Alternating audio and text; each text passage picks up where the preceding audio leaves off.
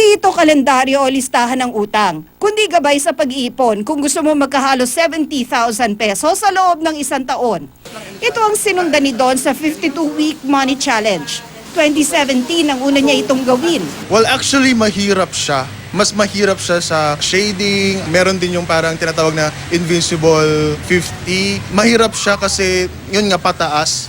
So, medyo mahihirapan ka nga kunyari at the second quarter or third quarter kasi malaki na yung kakailanganin na amount of money that you need to save. Nakuha ni Don ang ideya ng 52-week money challenge sa kaibigan niyang si Rhea. 2014 ito sinimula ni Rhea. It is based from a US site in which nag-iipon sila every dollar every week. For the concept of the Philippines, what I did is I converted the $1 to 50 pesos. So that is the base amount. Every week, mag-iipon ka, pero you will eventually increase the base amount. Halimbawa, week 1, you will save 50 pesos. For week 2, you will add the base amount. So magagawa na lang is 100 pesos. Aminado si Rhea na sa umpisa, parang madaling gawin ang money challenge.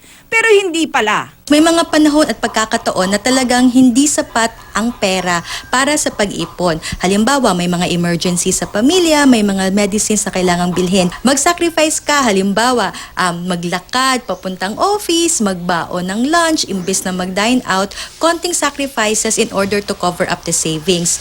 Sa datos ng Bangko Sentral ng Pilipinas, isa sa 3 household sa Pilipinas ang may ipon ngayong 4th quarter ng 2018. Ang karaniwan daw pinag-iipunan ng mga Pinoy, pera para sa mga emergency, pagkakasakit, edukasyon, retirement, pambili ng real estate o bilang kapital sa negosyo.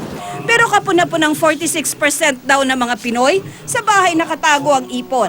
Sa halip na sa bangko, kung saan mas ligtas at pwede pa kumita ng interes ang pera. Hindi naman kailangan big time agad ang pag-iipon.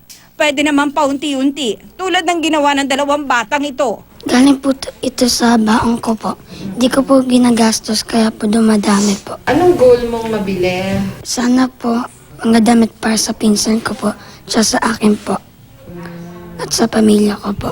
Piso-piso kapag may mga sukli yung baon ko po. Para sa pagkain ko kapag kailangan ng pera ng pamilya ko. Sa next Christmas, ano yung goal mong mabili? Mga damit po. Tapos po mga laruan na pang edad ko po.